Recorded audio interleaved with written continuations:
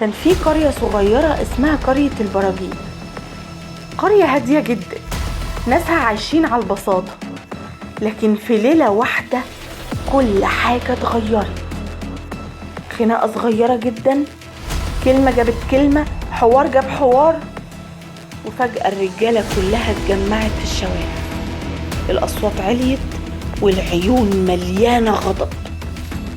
الستات واقفين من ورا الشبابيك قلبهم بيخبط من الخوف، والعيال الصغيرة مستخبية ومش فاهمة ايه اللي بيحصل، بس حاسين ان في كارثة قربت.